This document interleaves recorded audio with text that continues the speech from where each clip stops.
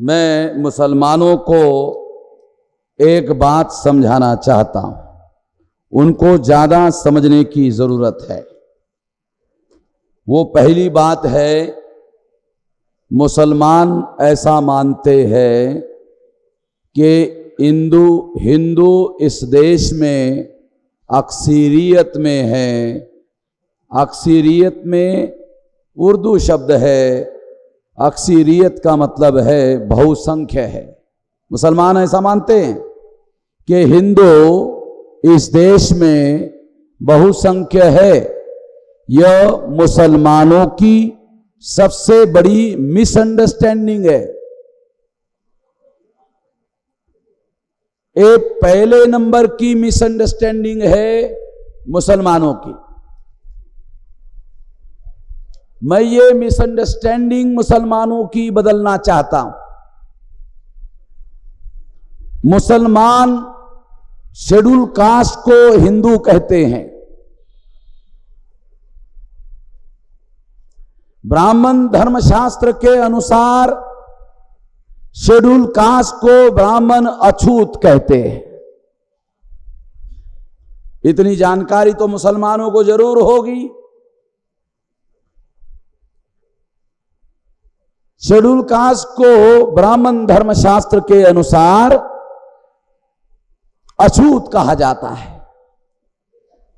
अछूत का क्या अर्थ होता है, थोड़ा मैं मुसलमानों को समझाना चाहता हूं। अछूत का मतलब है ये लोग छूने के भी लायक नहीं है। ब्राह्मण धर्म के लोग क्या कहते हैं कि ये जो लोग हैं ये छूने के भी लायक नहीं है।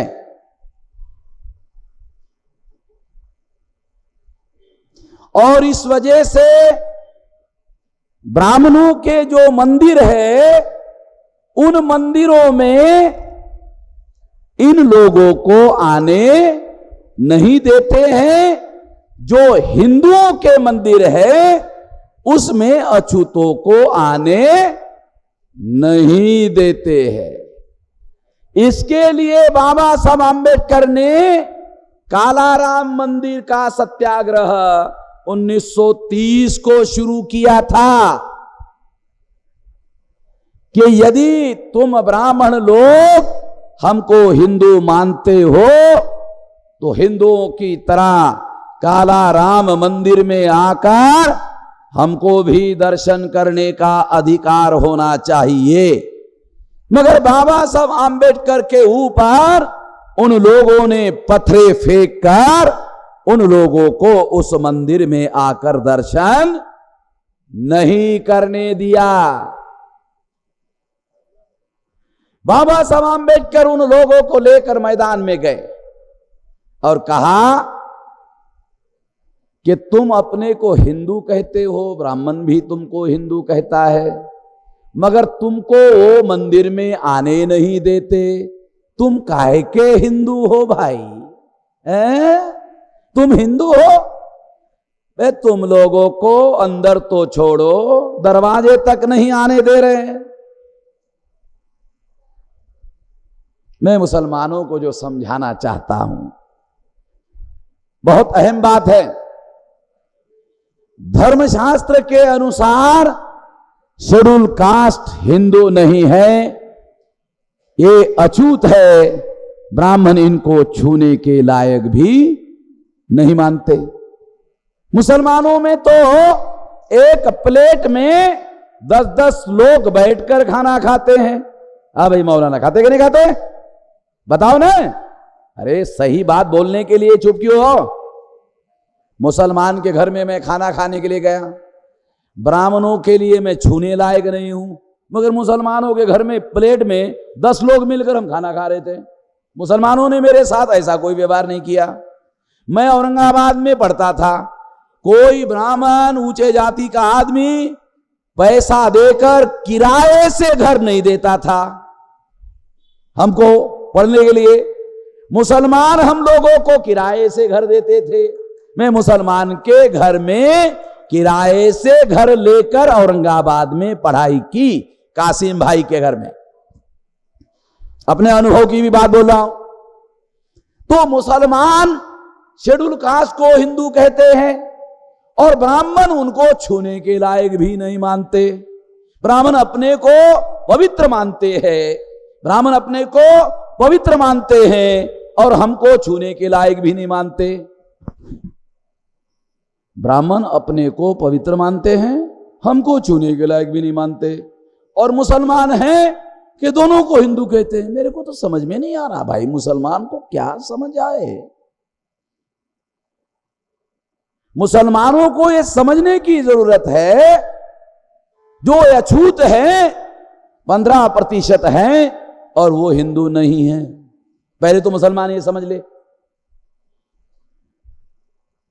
दूसरी बात, और मैं ये ऐलानिया कहता हूं ब्राह्मणों को, सारे देश भर में मेरे साथ बहस करने के लिए आ जाओ। 10 ब्राह्मण 1 वामन, साला का बंदोबस्त कर दूंगा। तुम्हारे टीम पर आ जाओ, आ जाओ, बहस करते, आ जाओ। कितनी तुम्हारे अंदर औकात है, कितनी बुद्धि है। ब्राह्मण कहते हो बहुत पंडित होते हैं, बुद्धिमान होते हैं, आ जाओ। तो 15% शेड्यूल कास्ट के लोग ब्राह्मण धर्म के अनुसार अछूत है, हिंदू नहीं है। 15 हो गए माइनस। हाँ भाई गिनती लिख लेना, मुसलमान जितने हैं ना ये गिनती लिख लेना, आंकड़ों के साथ बताता हूं। कहते हो ना तुम लोग ये हिंदू बहुसंख्य है, ये देखो आंकड़ा 15 हो गया माइनस। शेड्यूल ट्राइब 7.5%, 1950 का आंकड़ा बता रहा हूं, अभी ज्यादा है। अभी ज्यादा क्यों है? हम पैदा करने में थोड़ा आगे है, तो ज्यादा तो होगा ही ना। 7.5%, 15 और 7.5, 22.5 हो गया। सुप्रीम कोर्ट कहता है ये आदिवासी हिंदू नहीं है, इनको हिंदू का कोई भी कानून लागू नहीं होता। हो गया, आदिवासी भी हिंदू नहीं है, हो गया 22.5% माइनस। अब 52% ओबीसी। कौन है भाई ओबीसी? देखो शिवाजी महाराज का उदाहरण देके बताता हूं। शिवाजी महाराज ने तलवार चलाई, शिवाजी महाराज ने राज्य स्थापन किया। राज्य स्थापन करने के बाद पूना के ब्राह्मणों को कहा कि मेरा राज्य अभिषेक करो और मुझे राजा घोषित करो। पूना के ब्राह्मणों ने धर्मशास्त्र देखा और देखकर कहा कि शिवाजी की जाति कुंभी है। देखा, शिवाजी महाराज की जाति कुंभी है और कुंभी ब्राह्मण धर्मशास्त्र के अनुसार शूद्र है, और शूद्रों को राजा बनने का अधिकार नहीं है। इसलिए पूना के ब्राह्मणों ने शिवाजी महाराज को कहा आपका राज्याभिषेक नहीं हो सकता, आप शूद्र हो।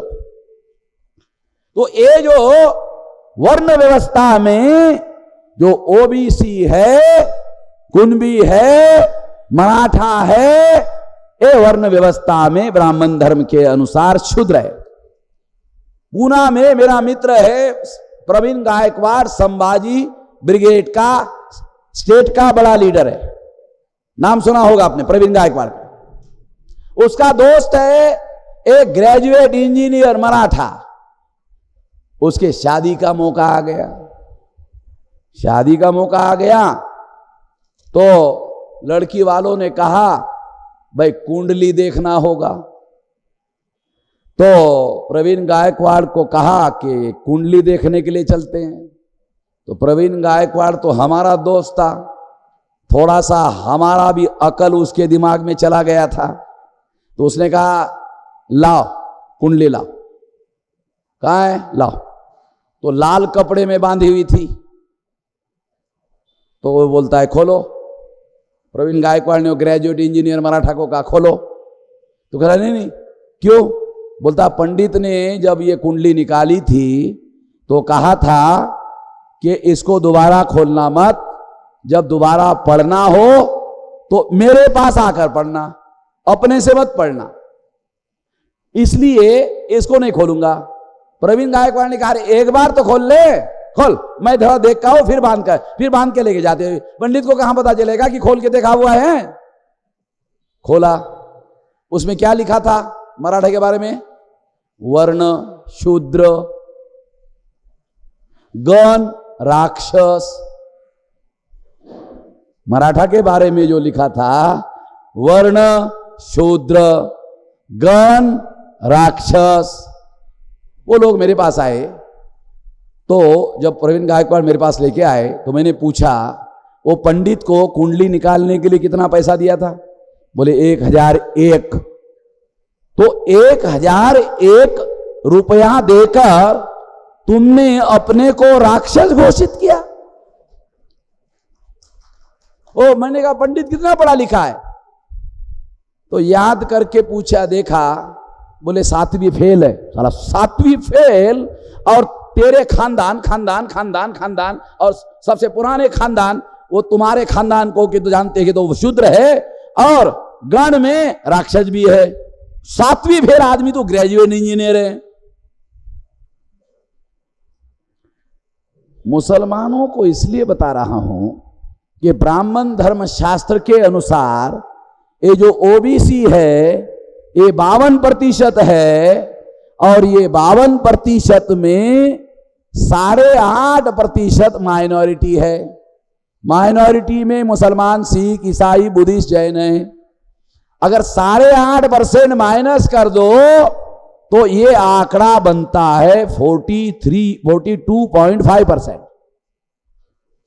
अब ये देख लो, 22.5% और 42.5%, ये आंकड़ा हो गया 65% मुसलमानों को माइनस करके।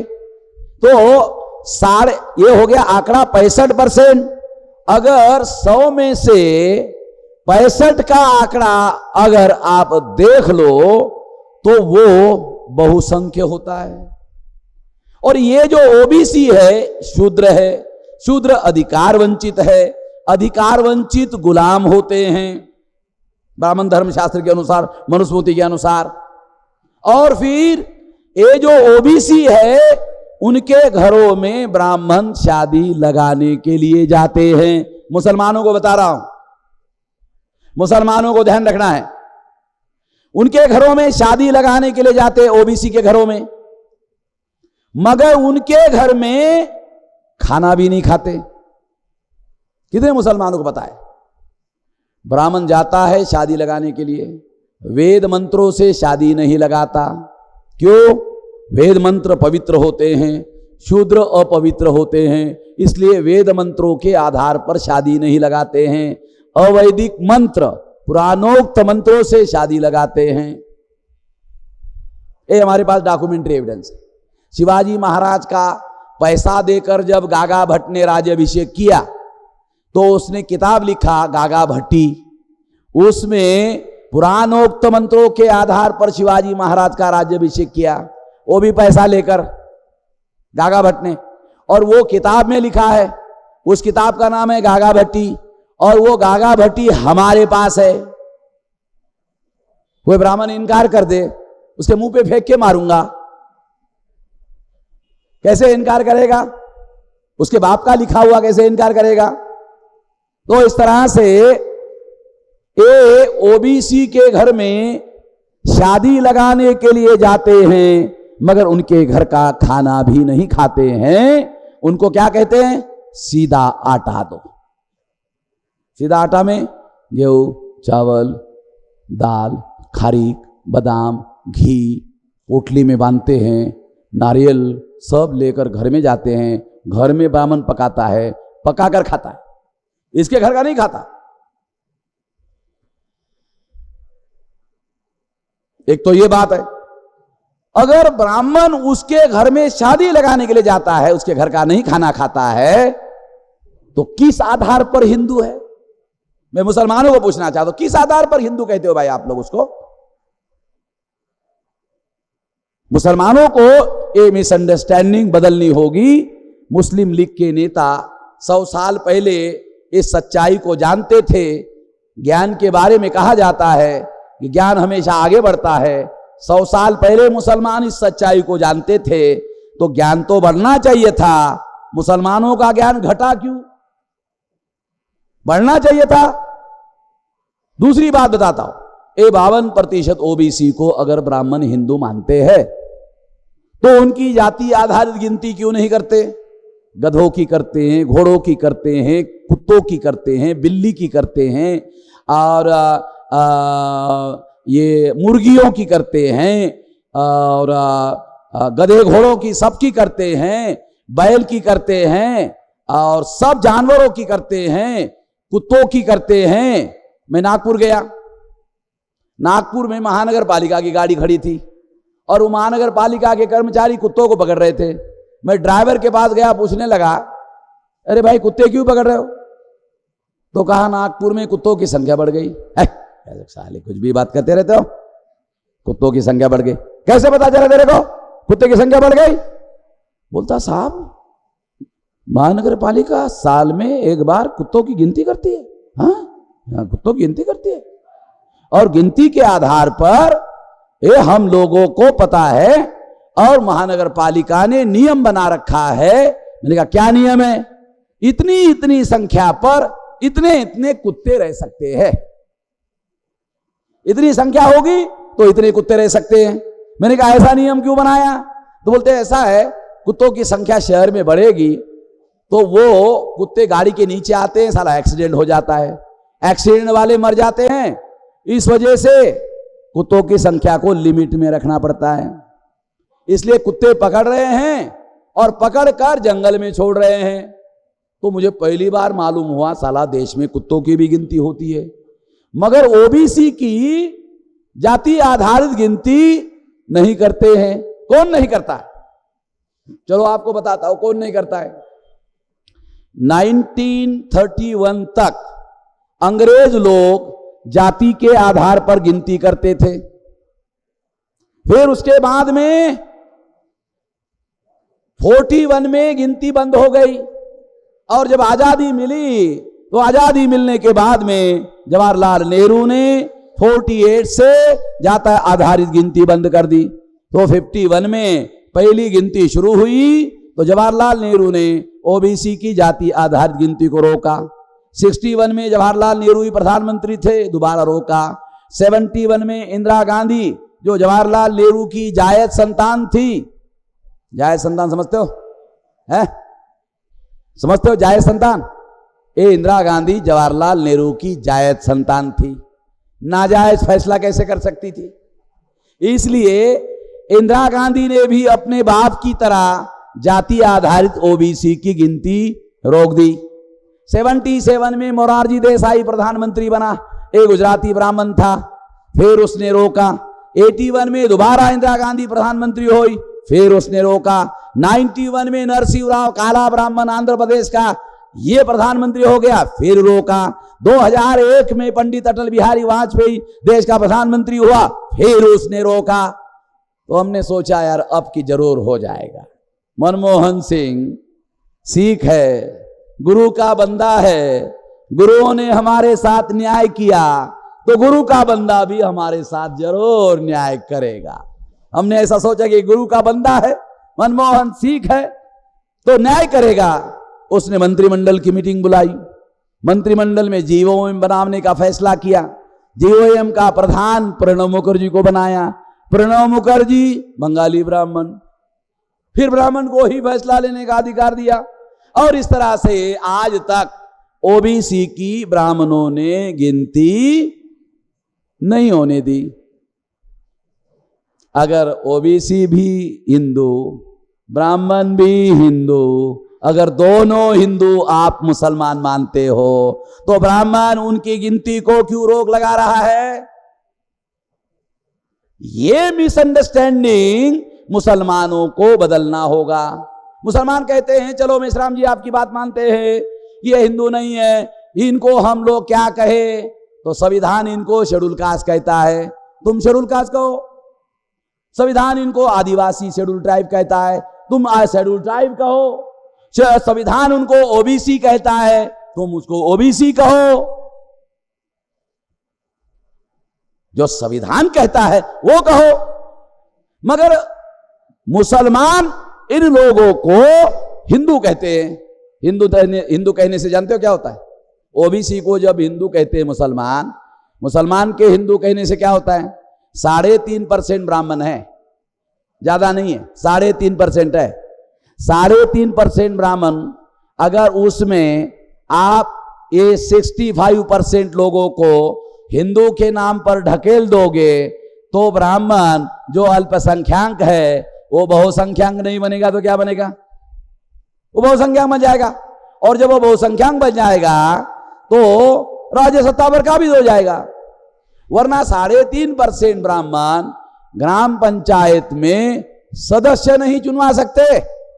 मेरे गांव में जोशी नाम का ब्राह्मण है, उसके पास 13 गांव का ठेका है, मेरे गांव में रहता है। 12 गांव में एक भी ब्राह्मण नहीं है, इसलिए 12 वो गांव, अब मेरा एक गांव, 13 गांव का उसके पास ठेका है। इसका मतलब है 12 गांव में एक भी ब्राह्मण नहीं है, और वो हमारे गांव में ग्राम पंचायत का भी सदस्य नहीं बन सकता। अपने गांव का उदाहरण देके आपको बता रहा हूं। जब ब्राह्मण ग्राम पंचायत में सदस्य नहीं बन सकता, साले देश के पंचायत का प्रमुख बन गया प्रणब मुखर्जी, जवाहरलाल नेहरू, अटल बिहारी, मनमोहन सिंह, कैसे बन गए? मुसलमान 3.5% ब्राह्मणों को बहुसंख्य बनाने के लिए SC ST OBC को हिंदू घोषित करते रहते हैं, और इनके हिंदू घोषित करने से, मुसलमानों के घोषित करने से अल्पसंख्य ब्राह्मण बहुसंख्य हो जाता है। और जब बहुसंख्य हो जाता है तो बहुसंख्य MLA MP चुनवा लेता है और राज्य सत्ता पर काबिज कर लेता है। जब राज्य सत्ता पर काबिज करता है तो मुसलमानों के नौजवानों को पकड़कर, इनोसेंट मुसलमानों को पकड़कर जेल में डालता है। ये गलती तो मुसलमान कर रहे हैं। मुसलमानों के नौजवानों को जेल में डालने की गलती तो पुलिस वाले कर रहे हैं, मैं मानता हूं, मगर दिल्ली के गद्दी पर पहुंचाने का काम मुसलमान 3.5% ब्राह्मणों को कर रहे हैं। ये गलती तो मुसलमान कर रहे हैं। अगर ये गलती मुसलमान कर रहे हैं तो इस गलती को सुधार करने का काम अल्लाह ताला करने वाला नहीं है। ये इसको सुधारने का काम आप लोगों को करना होगा। अल्लाह ताला ने आपको कर्म करने के लिए मना किया? अल्लाह ताला ने क्या आप लोगों को कर्म करने के लिए मना किया क्या? अल्लाह ताला तो कहता है, क्या कहता है? तुम खुदा उसकी मदद करता है जो खुद अपनी मदद करता है। इसका मतलब समझते हो? अपनी मदद करने के लिए कुछ करो, अपनी मदद करने के लिए कुछ करो, ऐसा अल्लाह ताला मुसलमानों को कहते हैं कि अपनी मदद करने के लिए तुम कुछ करोगे, पहल करोगे, तो फिर मैं तुम्हारी बाद में मदद करूंगा। बाद में, पहले तुम करो। तुम करोगे नहीं, सारी बातें अल्लाह ताला के ऊपर छोड़ दोगे। अल्लाह ताला कह रहा है पहले तुम करो अपनी मदद, बाद में मैं तुम्हारी मदद करूंगा। इसको कहते हैं कर्म सिद्धांत। तुमको अल्लाह ताला ने कहा कर्म करो। एक कर्म सिद्धांत है इस्लाम का। तुमको कार्य करने के लिए मोटिवेट किया गया है, प्रेरित किया गया है। तो तुम जो गलती कर रहे हो उस गलती को सुधार करने का पहला तरीका यह है कि तुम SC ST OBC को हिंदू मत कहो। सबसे पहले क्या कहो कि तुम SC ST OBC के लोगों को हिंदू मत कहो। पहली बात तो यह है। अच्छा, SC ST OBC के लोगों को हिंदू मत कहो, ऐसा मैं क्यों कह रहा हूं? क्योंकि इससे मुसलमानों का कोई फायदा नहीं है। तुम जब SC ST OBC को हिंदू कहोगे तो 3.5% लोग बहुसंख्य हो जाएंगे। तुम्हारे कहने से वो जायज हो जाएगा बहुसंख्य। ऐसा मुसलमानों को नहीं करना चाहिए। दूसरी बात मैं आप लोगों को कहना चाहता हूं, मुसलमानों का एक दूसरा सिद्धांत है। पहला तो हिंदू बहुसंख्य है, तो मैंने साबित कर दिया कि हिंदू बहुसंख्य नहीं है। हिंदू के रेफरेंस में एक और बात मैं आप लोगों को बताना चाहता हूं। हिंदू शब्द वेद में नहीं है, श्रुति में नहीं है, स्मृति में नहीं है, पुराण में नहीं है, रामायण में नहीं है, महाभारत में नहीं है, गीता में नहीं है। हिंदू शब्द संस्कृत का नहीं है, हिंदी का भी हिंदू शब्द नहीं है मुसलमान को पता? अरे हिंदू शब्द भारतीय नहीं है, अभारतीय शब्द है, ये पर्शियन भाषा का शब्द है, ये भारतीय नहीं है। और ये चुनौती देकर कहता हूं मैं किसी को भी, हिंदू शब्द भारतीय नहीं है, ये विदेशी शब्द है। और ऐसा दयानंद सरस्वती, ए ब्राह्मणों का बड़ा नेता बाल गंगाधर तिलक का पहले का, वो कहता है, सत्यार्थ प्रकाश नाम की किताब में लिख के रखा कि हिंदू मुगलों की दी हुई गाली है और ये हमें मंजूर नहीं है। अगर हिंदू मुगलों की दी हुई गाली है तो मैं कहता हूं, ब्राह्मणों को कहता हूं, हमारे गले में क्यों डाली है? अगर ये गाली है तो हमारे गले में क्यों डाली है भाई? हमको हिंदू कहते कहते तुम हमारे गले में मार रहे हो ना गाली को। चलो ब्राह्मण हमारे गले में गाली डाल रहा है, मुसलमान हमारे गले में गाली क्यों डाल रहा है? तो मुसलमानों को मैं अनुरोध करता हूं हाथ जोड़ के कि हमको SC ST OBC जो संविधान कहता है वो कहो, हमको हिंदू मत कहो। हिंदू का मतलब है ब्राह्मणों का गुलाम। तो आप हमको ब्राह्मणों का गुलाम क्यों कहते हो? मुसलमानों को कहता हूं, आप हमको ब्राह्मणों का गुलाम क्यों कहते हो? आप हमको ब्राह्मणों का गुलाम कहोगे तो फिर तो आपके और हमारे बीच में झगड़ा लग जाएगा। इसलिए मैं आप लोगों को अनुरोध करता हूं कि आप हम लोगों को हिंदू मत कहना। दूसरी और एक बात कहता हूं, बहुत अहम है, वो ये है कि बाबा साहब आंबेडकर ने भारत का संविधान लिखा।